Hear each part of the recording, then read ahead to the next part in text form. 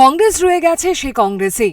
সংবাদ সম্মেলন আর অভিযোগ, আক্ষেপের বুলি আওড়ানো। আজও শাসককে তুলোধুনো করতে আয়োজন করা হয়েছিল আরও একটা সংবাদ সম্মেলনের। যদিও সংবাদ সম্মেলনের মুখ্য বক্তব্য হারিয়ে গেছে শুধু অভিযোগ আর গভীর বাক্যবাণে। বস্তুত আগামী 11ই মার্চ রাজধানী শহর আগরতলায় রাজ্যের গেরুয়া ব্রিগেডের সামনে নিজেদের শক্তির একটা প্রাথমিক মহড়া দেবে। কংগ্রেস ওই দিন রাজ্যভিত্তিক কেন্দ্রীয় সমাবেশের আহ্বান করেছে। সমাবেশে রাজ্য নেতৃত্ব ছাড়া সর্বভারতীয় নেতৃত্বদের মধ্যে কে থাকছেন তাও ঘোষণা করতে পারল না।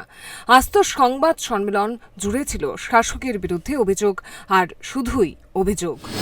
সারা রাজ্যের সরকারি দপ্তরগুলিতে সরকারি প্রকল্পের টাকা লুটে দেওয়ার যে একটা বলা যায় ব্যবস্থা আজকে চালু হয়েছে, যেটা আগে দুর্নীতি ছিল, আজকে এই সময় 7 বছরে বিজেপি দলের একটা অংশের মন্ত্রী, নেতা এবং একটা অংশের কার্যকর্তা তাদের কাছে দুর্নীতিটাই একটা অন্যতম নীতি হয়ে পরিচিত হয়েছে।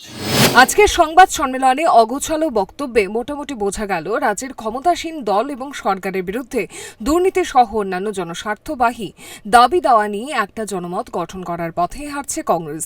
মানুষের ক্ষোভ বিক্ষোভকে পুঞ্জীভূত করার মধ্য দিয়ে রাজধানী শহরকে আন্দোলিত করতেই দলীয় স্তরে এই পরিকল্পনা কংগ্রেসের।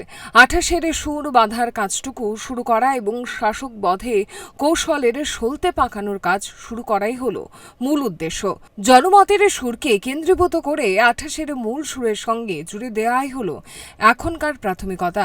প্রকাশ্যে না বললেও আড়ালে আবডালে যে এটাই মুখ্য উদ্দেশ্য তা কিন্তু রাজ্যের রাজনীতি সচেতন মহলে মালুম হচ্ছে বেশ ভালোভাবেই, কারণ শাসকের চোখ 28-এ নিবন্ধ করে ফেলেছে।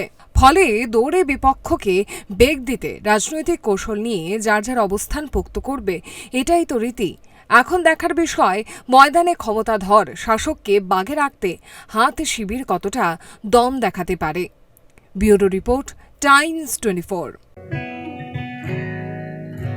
জুড়ে থাকে বাঁধন আপনার চেয়েও আপন, জুড়ে থাকে বাঁধন আপনার চেয়েও আপন,